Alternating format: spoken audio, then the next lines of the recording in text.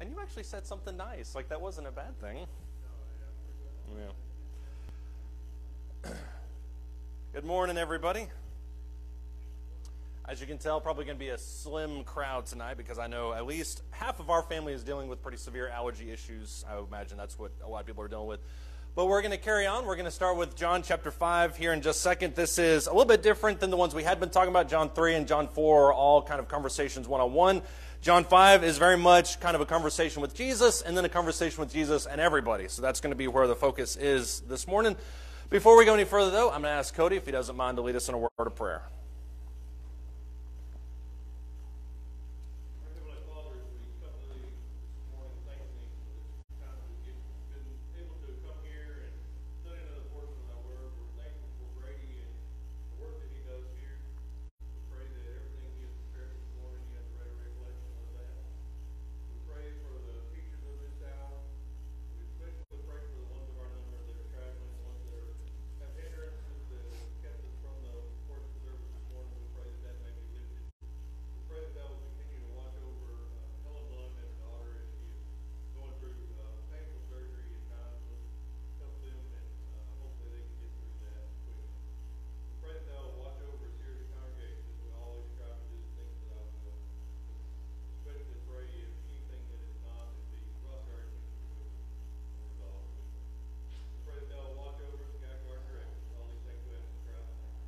Amen. Thank you.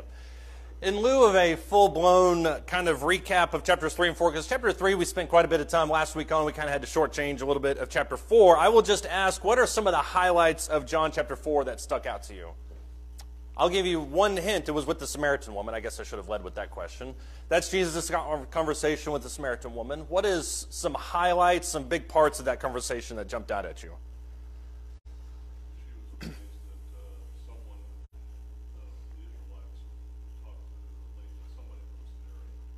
Yeah, the apostles were surprised, and it's a little interesting kind of sub-note, because when you look at John chapter 4, there is the mention that he was talking with a woman. That's one thing that kind of registers on her radar. But then, curiously enough, 30 verses later, it says nobody dared ask him why he was talking with a woman. That sub-point is just kind of thrown in there, but it was a big deal for sure. Not only is the social or the racial issue with the fact that she was a Samaritan an issue, the fact that she was a woman is also an issue. The testimony of the woman, I think, is probably what's most powerful. The fact that she goes into Samaria, the town in Samaria, and all of a sudden you have people coming out in droves to hear what she had to say, or he had to say in response to her testimony. Testimony is going to be a key word through John, just as kind of a teaser. Dad gave 1 point, and then I expounded on it for 10 minutes. What are some other points that we've got? Yeah.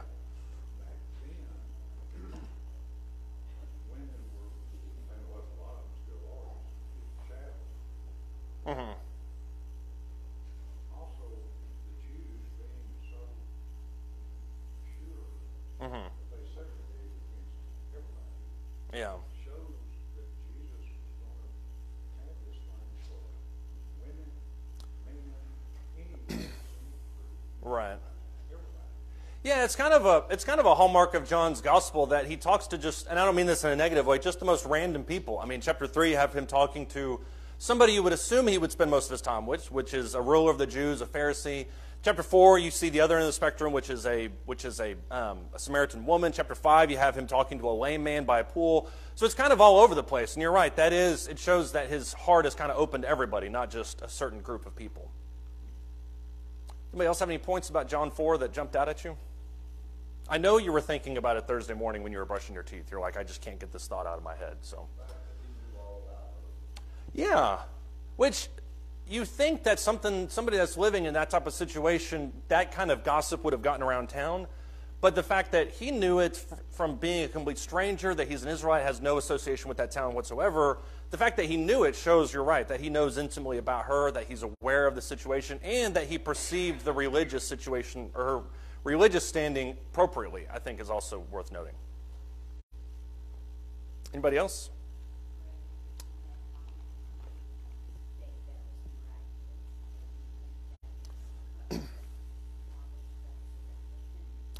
I would imagine it was semi-common knowledge. I would imagine also the fact that she's living now with somebody else who she claims is her husband, is not her husband's probably not as well common knowledge. But I think the bigger issue is that him being a Jew has no reason to be in there in the first place, has no dealings whatsoever. He probably wouldn't have heard that gossip. He's not going to log on Facebook and see that, so that's not going to be an issue there.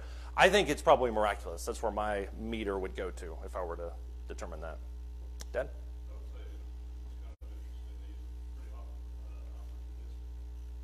Mm-hmm.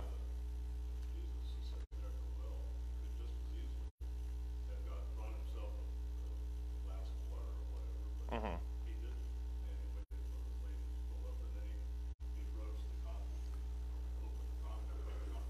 Mm-hmm.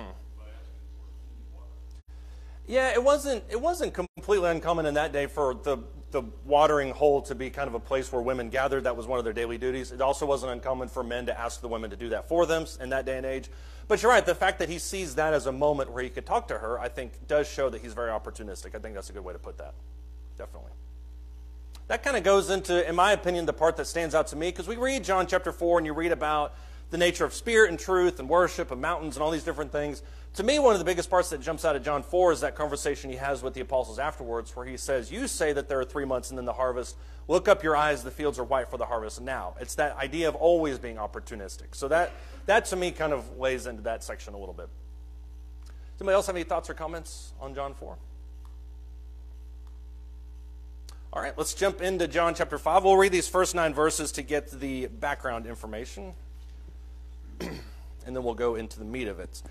It says, after these things there was a feast of the Jews, and Jesus went up to Jerusalem. Now there is in Jerusalem by the sheep gate a pool, which is called in Hebrew Bethesda, having 5 porticos. In these lay a multitude of those who were sick, blind, lame, and withered, waiting for the moving of the waters. For an angel of the Lord went down at certain seasons into the pool and stirred up the water. Whoever then went first, after the stirring up of the water, stepped in, was made well from whatever disease with which he was afflicted. A man was there who had been ill for 38 years. When Jesus saw him lying there and knew that he had already been a long time in that condition, he said to him, do you wish to get well? The sick man answered him, saying, Sir, I have no man to put me into the pool when the water is stirred up. But while I'm coming, another steps down before me. Jesus then said to him, Get up, pick up your pallet, and walk. And immediately this man became well and picked up his pallet and began to walk. If all that we knew about Jesus in this interaction was these first 9 verses, it'd be one thing. You have this amazing situation where a guy has been lame for 38 years. Jesus heals him. He moves on with his life. That's not what's going to happen. As you'll see throughout the rest of this chapter, there's a whole lot of issues that people have what just happened. But what kind of jumps out at you about those 9 verses as you look at that scene?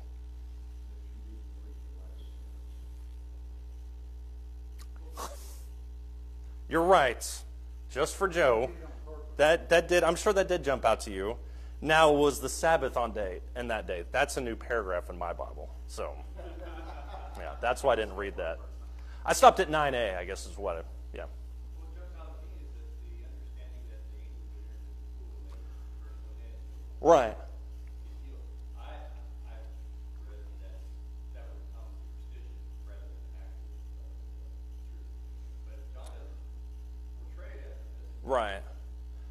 So I was with you on the first part, and then when you mentioned that about the superstition, I kind of had some hesitancy, because I agree with you. The fact that John mentions it as fact, I have a hesitancy saying that it's superstition, although I can agree with some people that would say, well, maybe there's some suspicions that we have about what happens.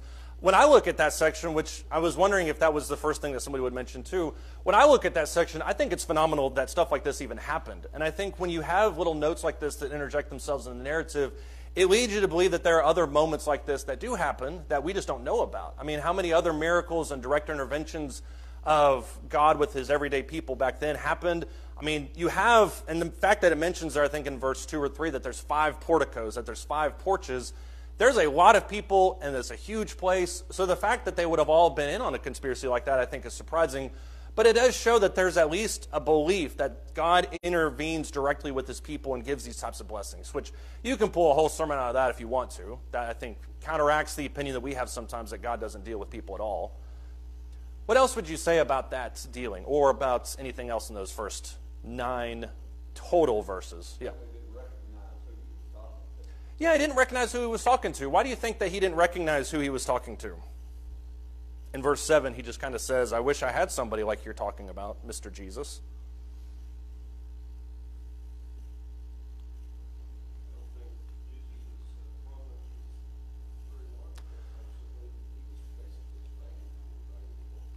Right.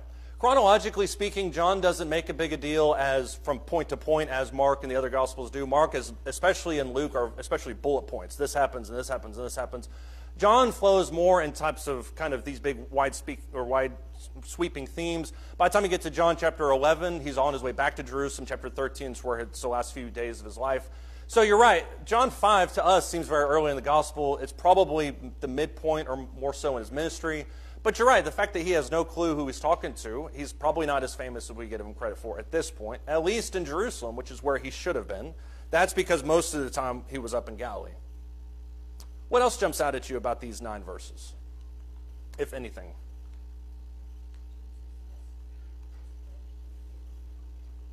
Right.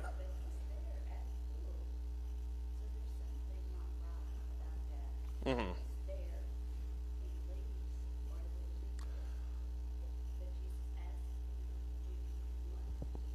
Right. That. Mm-hmm.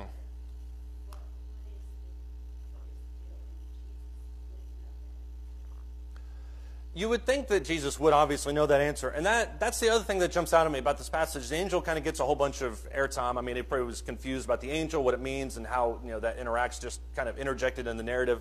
But the fact that Jesus just asked that question. I mean, the guy's been laying by the pool, as best we can tell, for 38 years. At least that's how long he's been lame. He can't move, obviously, or else he would put himself in the pool. So the question that Jesus asked, do you want to be made well, I think is odd, because the obvious answer to that is yes. Why does Jesus ask that question? I was hoping somebody else would key in on that, because that was a stumper to me as well.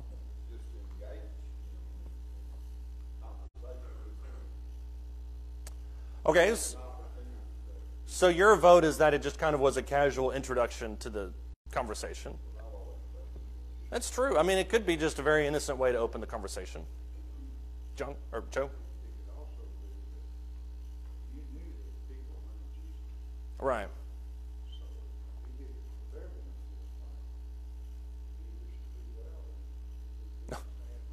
Yeah.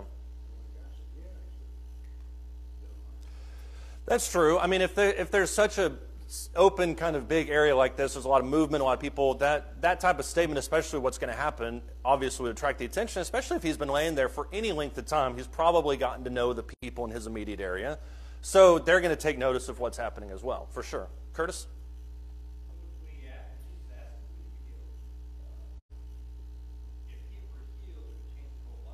Mm-hmm. Right.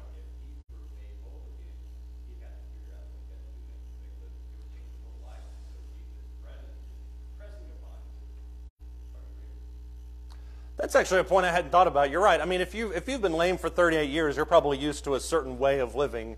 The idea that now you're going to get up and you're 38 plus and you've got to kind of start your life over, that probably can be a little bit of a culture shock if you've been, haven't been able to move for years. That's actually a good point. I hadn't thought about that. Yeah.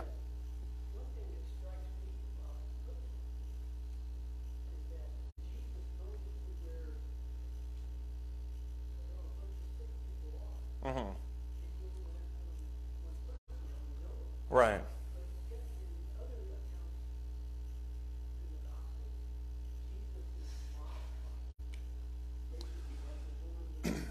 Mm-hmm. Right. I think that you're right about that. I think that probably comes a little bit later. There are instances in Scripture where it almost seems like you kind of wonder, does anybody recognize who you're talking to? There's one instance in particular where it says that Jesus, I think he gets up in Nazareth and he starts speaking. It's really early in his ministry. And the people get up and they mob him. They want to throw him over a cliff. And the text literally just says that he passed through them. I've always kind of wondered what that means when he says that he just kind of passed through them. But you're right. Does nobody realize who this is? I mean, he's been in Jerusalem before, I would argue. So why is it now that people don't just jump up? Of course, the fact that he's...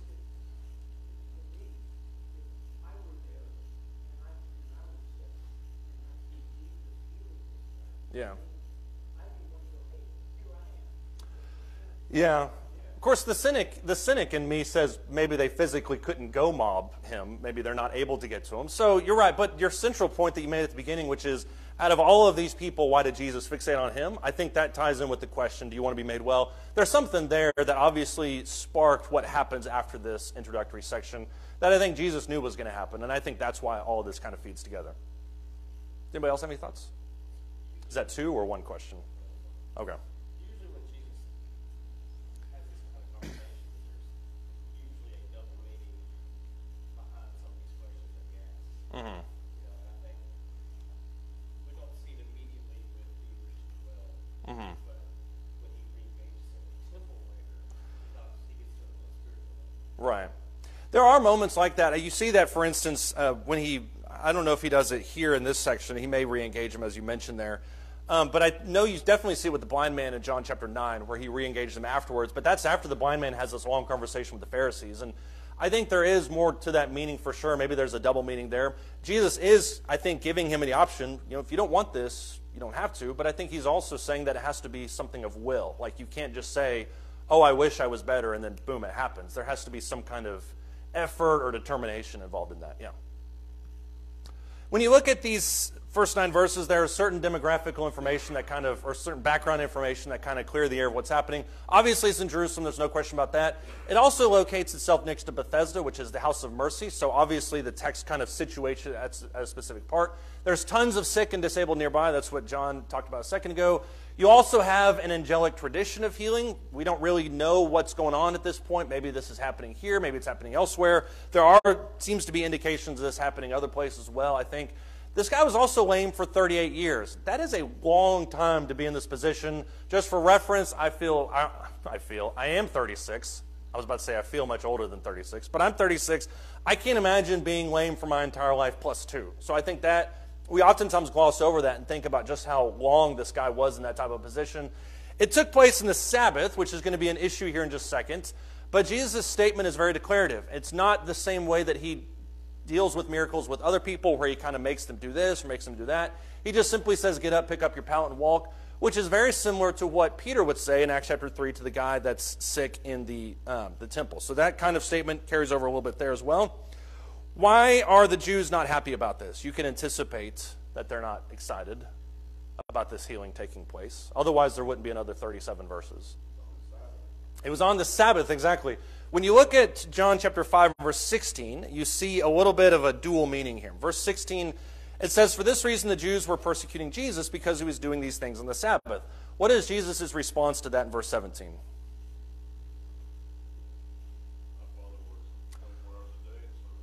Right, my Father is working until now, maybe I should be as well. That's a good reason, obviously, because he's Jesus, but should it have been a good reason under the law and those types of things? I'm going to forego that question. Yes, it's a good response because he's Jesus. But why does that make sense given who he is?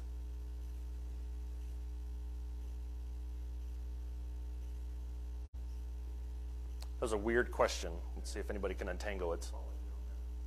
Okay, Jeff is tapped out. So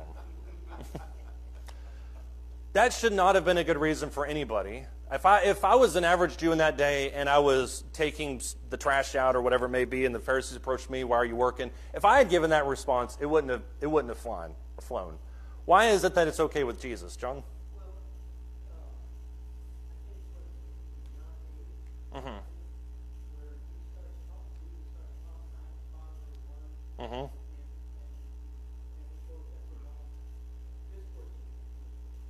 Mm-hmm.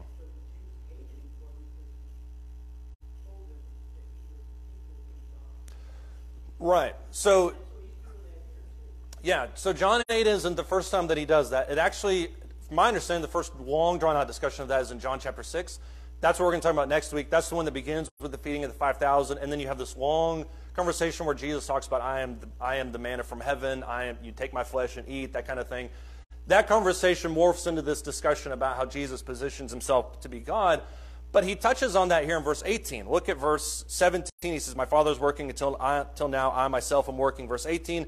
For this reason. So you have kind of this restatement of it. For this reason, therefore, the Jews were seeking all the more to kill him, because he not only was breaking the Sabbath, but also was calling God his own Father, making himself equal with God. This is a statement that, when you look at verse 16, kind of explains it a little bit. Verse 18 carries much more weight. Which one do you think the Jews were probably keying in on of those two reasons?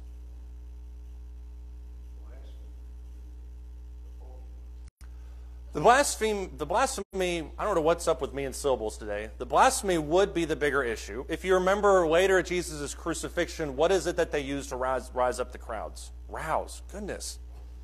I am so sorry. This is going to be a really bad sermon. What? If you're God, then call your legions down and save yourself. At the cross, they do say that. They say, if you really are God, then come down from the cross and save yourself. The thieves on the cross next to him, at least one of them says that. I think John paints a little bit of a different picture. So you have that.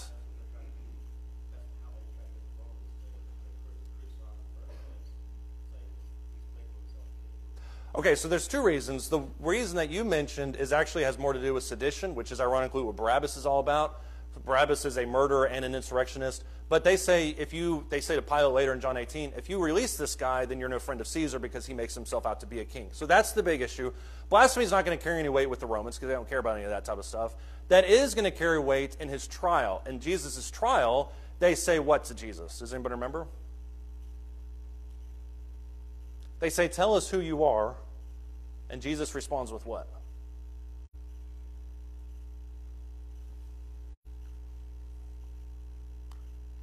He actually responds sarcastically and says, I've told you literally 1 billion times who I am. I am Jesus. I am the Christ. They respond with, what further need do we have? This man speaks blasphemy. Obviously, we're going to crucify him. So that comes into play here. Here's the billion-dollar question, if you will, with this whole thing. Is Jesus equal with God? Jesus is God. Curtis was actually absolutely affirmative on that. Some hesitancy with a lot of the rest of us.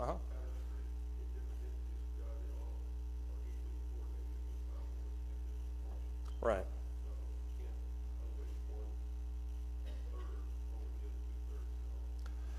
Right. I didn't mean for this to get into a discussion about the Trinity, but you're right. When you talk about the triune nature of God, that's a concept that people have spent 2,000 years trying to explain. Martin Luther actually wrote an entire book, and for all my faults about Luther, the man was brilliant. But Luther had a long explanation of trying to describe it, and by the end of that section, I came away more confused than I was at the beginning. But you're right, the triune nature of God is something that they wouldn't really have understood. Even though they would have positioned the Messiah in the same vein as that, I don't know if they would have put him as being God himself, certainly being sent from God, but not as being God himself, which I think is really what this whole question is. Curtis? Up to this point, they've introduced the Father. Right. They've also introduced the Holy Spirit. Right. But as far as the other members of the Godhead, they had not been exposed to, that it is made known that it was the second God. There is evidence that they had been, that different men had been confronted by it. Right. That's but not been revealed who it was.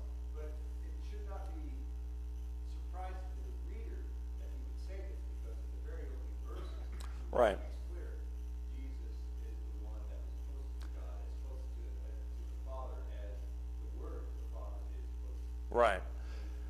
Without the Word, I mean, it's like the Word representing God is who Jesus is. Yeah, that's going to be what I talk about here in just a second. But you're right in that to the reader, even if you're reading John for the first time, it shouldn't come as a big shock that he at least makes that claim, because that's the argument John's been making from the beginning. To kind of foreshadow what we're going to talk about, that's the argument John makes throughout the entire book. But you're right. To the reader, it wouldn't be that big of a deal. The Jews would have had some interaction with God, obviously. God, the Holy Spirit, you can make the argument he was present in the Old Testament as well.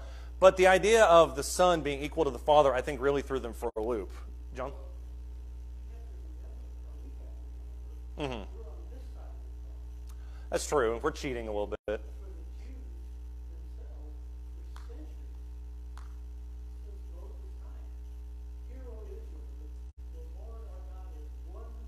Right.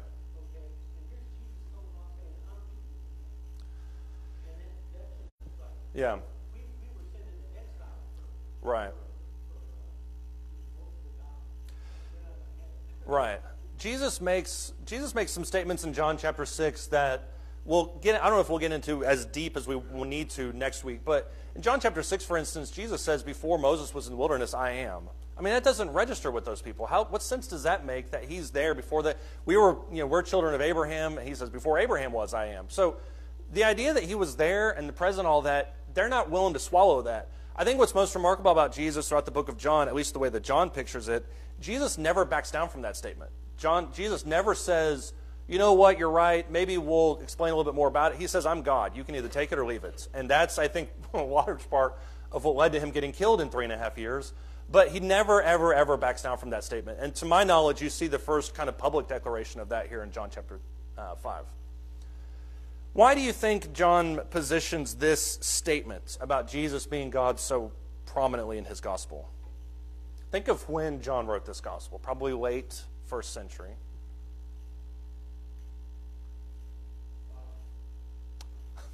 Go ahead. Oh, good. I'm glad. It was Professor Plum, in case you're wondering. Yeah. Right.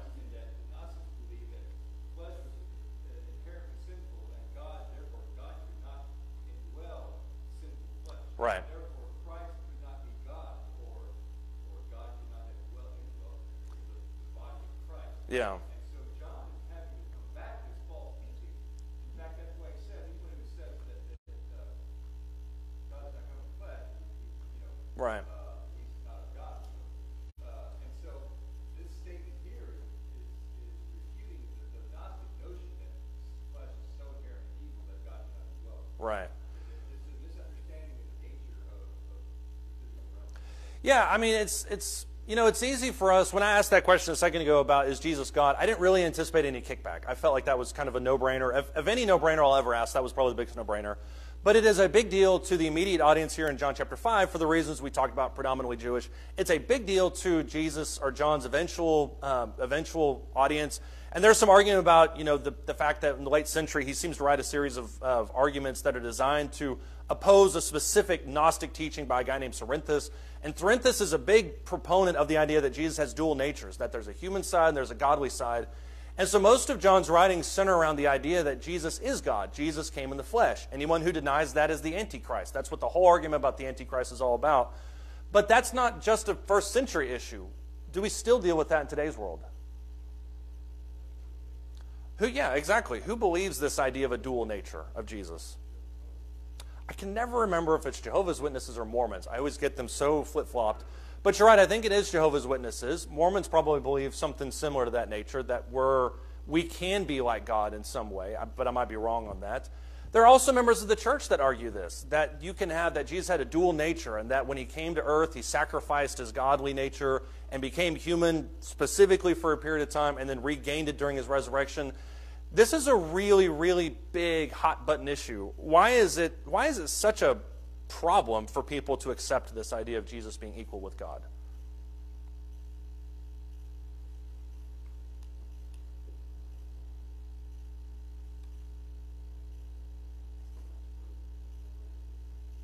I think it has everything to do with authority, yeah. What does authority have to do with it?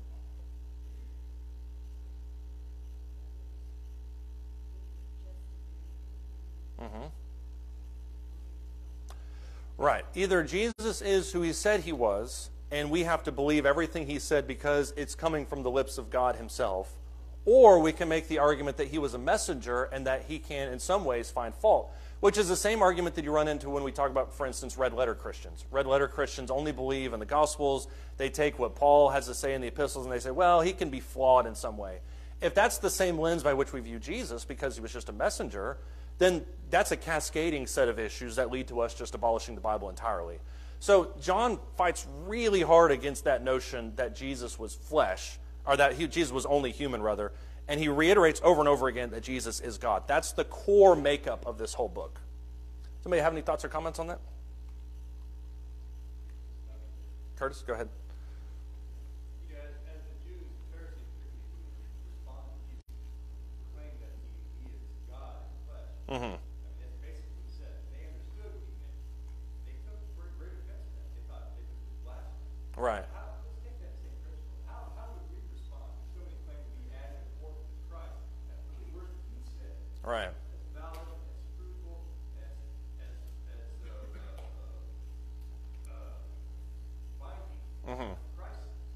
Yeah. How would we respond? How would we respond with the righteous indignation? That's, yeah. There is a large religious organization that says that very thing. Oh, right, yeah. The prophet is as important as Christ. Mhm. Jesus was just another of the prophets. Right. I mean, that's what Islam is all about, is that Muhammad is just as valuable as Jesus. But you're right, and Mormons do believe that to a certain extent as well, that Joseph Smith is just another prophet in that lineage too. But there are all sorts of issues that come into play when you start to question that. And to your point, the big caveat with that whole statement is the idea that they were looking for Messiah. So we're not looking for Messiah in today's world, but the same hesitation would apply. I always put it in similar terms. What if somebody came in here, did a miracle, literally, I don't know, think of the most far-off miracle, turn this into a Volkswagen just sitting here, which I know Paul would probably love that. Turn the communion table into a Volkswagen. There's no possible way that would happen. But then he turned around and also said, by the way, baptism isn't necessary anymore. I mean, that makes up a core part of our beliefs. And the idea that we would abandon that, no matter how obvious the testimony, I think would be a really big sticking point for some of us. Some of us would look at it and say, okay, obviously this guy is God. Some of us would look at it and say, well, it doesn't matter what he claims to do, I'm still not going to believe because it goes against my core philosophies. And I think that's the issue that you're dealing with here. John, did you have something? Okay, sorry. Paul, it was you. The difference is, Curtis was just talking about this back then, they had been prophesied in the scriptures that just didn't sign of God. Right. They just didn't realize that's who it was. The difference now is we have that prophesied. So if somebody comes in and we've seen it in the past history recently that people claim to be Jesus, we're going to immediately reject that. Mm-hmm. There is no prophecy that the Messiah is going to come. There is actually one cult right now I know of that's located in Africa that believes that their teacher is the incarnation of Jesus himself. And he's attracted, and because of the nature of religion in Africa, there's a lot of spiritualism and stuff like that takes place there. There are thousands of people that believe him. And the guy's drives a Rolls Royce every day, or he doesn't drive it. But he lives very opulently because of claims like this. And how he's able to manufacture that belief is beyond me, but it does it through trickery. And so you're right. The big difference is that we have lots and lots and lots of evidence, which is going to come into play here in just a second. But I totally agree with what you were saying. Curtis, did you have something else? You said about that, what if somebody came in and performed a miracle and said, by the way, such. Right. Split the heat, breathe, what would be the proper response to that? Well, I think Paul knows that in Galatians chapter 1. Does anybody speak something other than what we have spoken? Right. Occurs. You're exactly right about that. I was just trying to put ourselves in the same mindset as these people. If you take a core belief and do a demonstration of a miracle that establishes who that person is, and then refute that core belief, there's going to be quite a bit of friction. But you're right, that Galatians 1 does factor into that. It can. Yeah, and Jesus didn't contradict the Old Testament either. That was one of the big accusations that were made against him.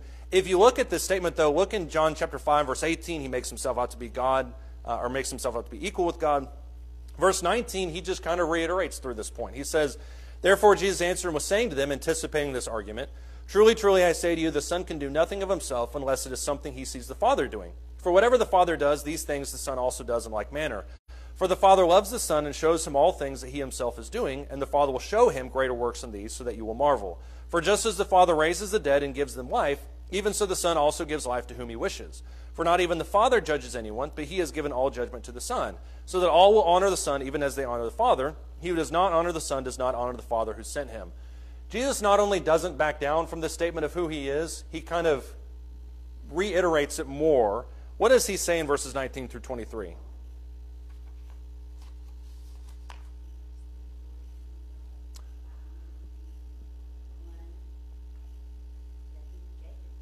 Right. Right. I have the authority from God, the ability to demonstrate everything. He also paints there quite a bit of synergy between himself and God. The fact that, or between himself and the Father, that if whatever I do is because I saw him do it, whatever I say it's because I heard him say it. I'm not acting on my own authority, which is a statement he'll make elsewhere in John as well. What else does he say here in these 5 verses? I'll be the judge. That's true, which they're not going to like that either. Basically, they hate everything here in verses 19 through 23. The Jews do. Exactly. That, you can make the argument all you want that he's equal with God, because there's some kind of gray area there in terms of how you approach that statement. When you say if you reject me, you reject the Father, that's the gauntlet that's thrown down. And that's going to be the core defining issue between him and the Jews, which is the Jews' rejection of Jesus despite an overwhelming amount of evidence. Jesus' restatement of the fact that doing so puts you as opposed to an enemy of God. The real question is, did the Jews even care? Did the Jews even care that they're countering against God? Because after all, they have their money, they have their authority. They really care what they're doing. That to me is one of the big questions when you talk about the relationship between Jews and Jesus. Does anybody else have any thoughts or comments on that? Right. Right.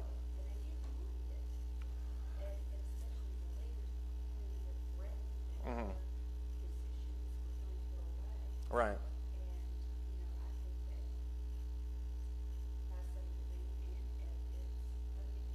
Mm-hmm. Mm-hmm. Yeah. I think you can make a pretty good case for the fact that the Jews wanted restoration, but they didn't really want God. They didn't mind. They wanted their own country. They wanted their own people, but they didn't want the same type of worship that they had that led ultimately to their destruction. They wanted to craft it kind of in their own image. And once again, that's another thing that Jesus is battling with, is this kind of autonomy that these people wanted. When you look at how this whole conversation about who Jesus is kind of fits in the narrative of John, we've talked about this a little bit earlier. That's what Curtis talked about.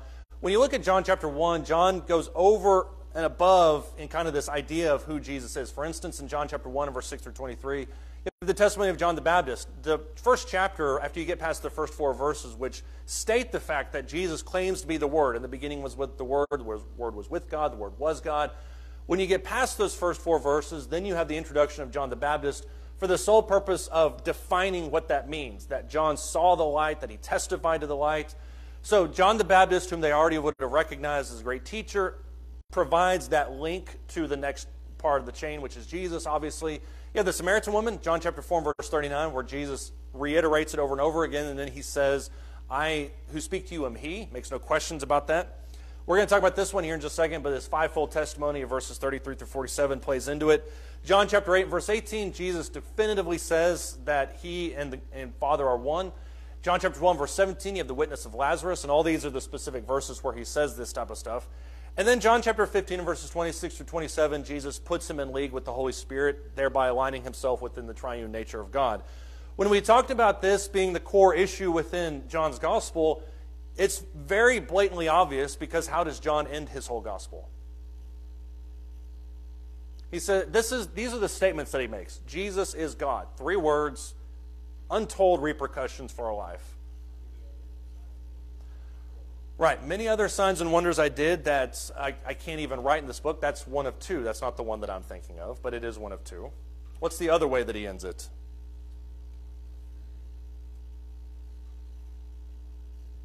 These things were written so that what? So that you might believe, exactly. And then, as if to just kind of put his own stamp of authority on it, John chapter 21, verse 24 says, this is the disciple who's testifying these things and wrote these things, and we know that his testimony is true. Whether that's an addendum added on by John's immediate kind of entourage as they compiled John's gospel from his own recollections and things like that, or whether that's John just writing in the third person, I think the point remains that John's authority is true. When you think about who John was in the later part of the first century, I think a lot of this plays into that. You have nearly, unless some memory is escaping me, all of the apostles gone by AD 66. The idea that John would live until AD 92 means that he's got a pretty long, drawn-out career as being the only known direct associate of Jesus, the only known apostle that's living. He carried enormous weight in the early church. And so for John to give his own stamp of approval on this testimony, especially in the first century, would have carried unparalleled weight with all these people. Does anybody have thoughts or comments? Curtis? I didn't say that for what it's worth. No. Think about so many so-called scholars. Mm-hmm. Well, I would qualify that. They are scholars in their own right. Right. Let's not diminish academia. Right. Yeah. And they question whether or not Jesus would live, and that's proven. Mm-hmm. Then they come to question, is Jesus who he said he was? Right. And so they make him out to be just a mere man. Mm-hmm. That he took advantage of people's decisions. Right. Lead them to believe that he was the Christ. Okay? And so he was, to them, he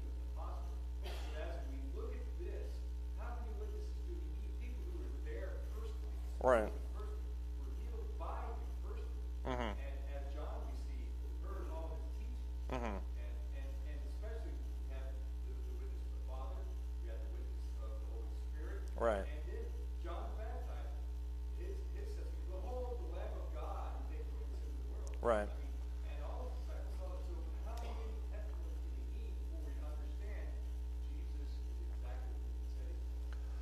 Well, but then, and this is, of course, a faulty argument, but the argument would be made, well, because I didn't see it, this is the Thomas argument, because I didn't see it, then none of that really matters.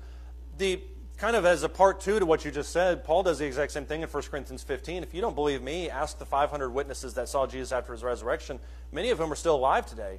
So if you need evidence, John says, and this is why I think John goes over and above to kind of give these stories that not only talk about what Jesus did, but also who he claimed to be. I think that's why it's so important that this is the narrative that John is driving.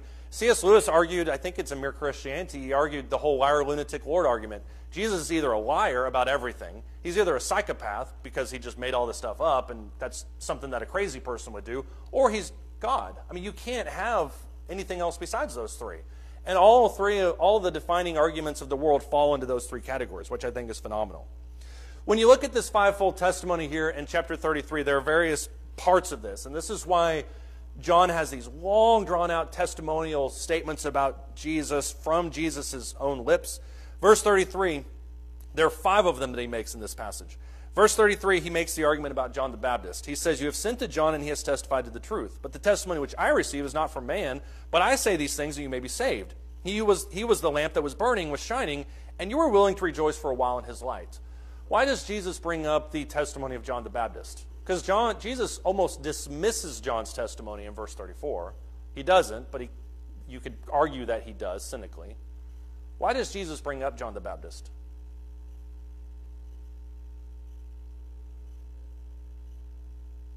Who was John the Baptist to these people? Right. He was the one who's preparing the way. That's a very kind of easy way of explaining him. He talks about him quite a bit in John chapter 3. Curtis? Everyone thought he was the prophet. And in fact, he was the first inspired man since 400 years ago. Right. Yeah, he is, as he would talk about later, the apostles, he's the Elijah that is to come. If you can accept it, he's the Elijah that is to come. But if you look in verse 34, he makes the statement that John argued about me, but my testimony doesn't come from man. He leans into it, though, in verse 35, but saying, but that doesn't really matter because you viewed him as being the light, sent from God. So however he is the same as God himself, that is totally different than that. But regardless of what he actually is, you took his testimony as surefire in every other capacity. So now that he's testifying of me, why are you doubting me even though he testified of me? So he's relying on John's credibility amongst the people to give his own standing a boost. Verse 36, he then says, the testimony which I have is greater than the testimony of John. For the works which the Father has given to me accomplish, the very works that I do, testify about me, that the Father has sent me. So in other words, if you don't believe John, what should you believe? What he's done, exactly. And why is what he's done so important to a Jewish audience?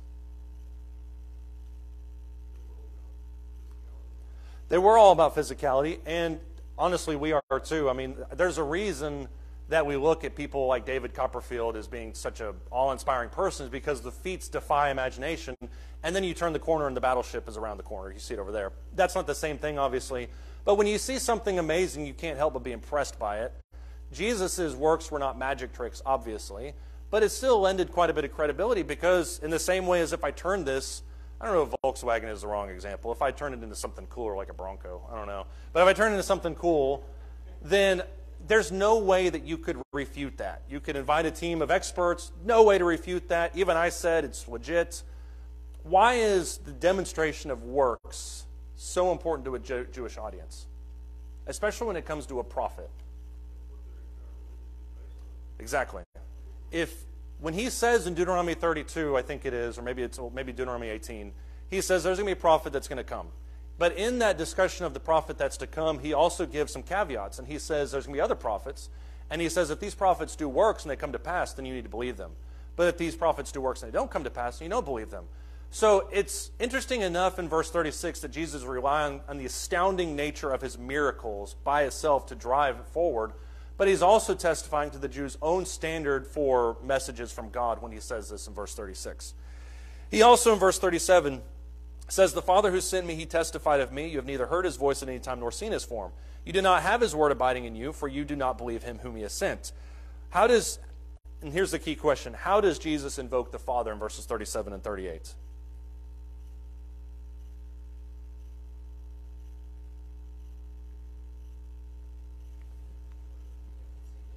You haven't heard him, you haven't seen him, which that is going to be expounded on in chapter 6. Right. You haven't seen him, you haven't heard him, you haven't abided in his word. Are those fair statements? Spoiler, yes, because they came from Jesus. But are those fair statements to make about these people? Yeah. I guess a better question would have been, why are they fair statements to make about Jesus or about these people?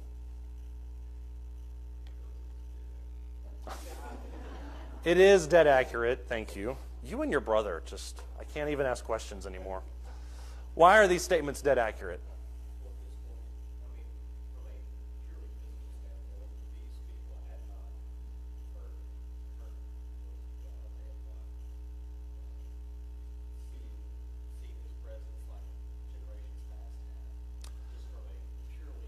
Right.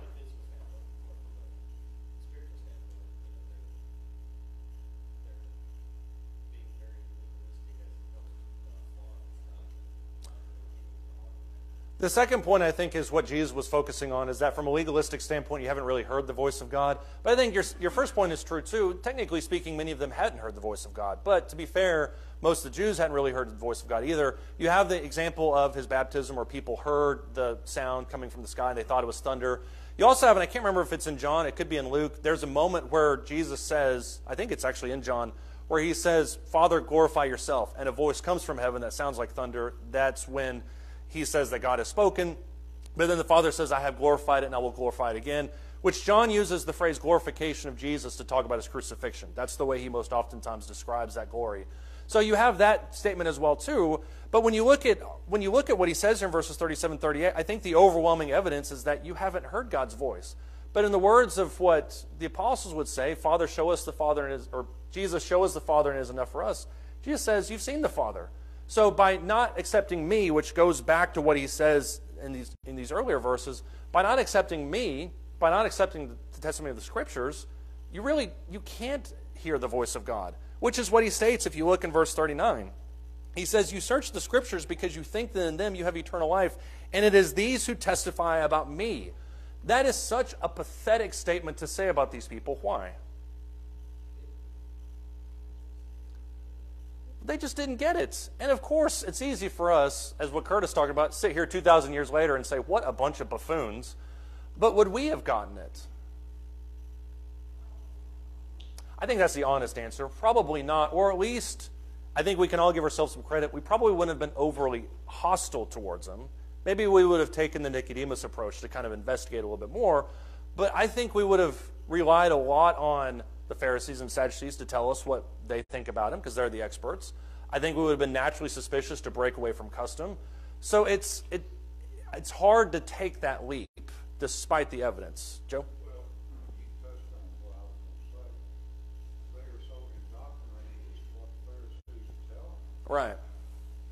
They got to believe it. They don't have the ability to question authority. Right. We live in a world where reading and writing are second nature. We live in a world where the Bible is mass-produced. These people largely couldn't write except for basic economic things. They couldn't read except for basic economic things. And they didn't have a copy of the Torah just sitting in every household. So the idea that the people should have known, I think, misses the mark. I think when he says this in verse 39, he's talking about these religious people. When you look at verses 45 through 47, he talks about Moses. But then he also, the most poignant statement is here in verse 44. How can you believe when you receive glory from one another and you don't seek the glory of this one and only God? That's the real issue, is that they never really wanted to seek him. They were just looking for proof from each other. All right, we will pick up with John chapter 6 next week. Thank you, everybody.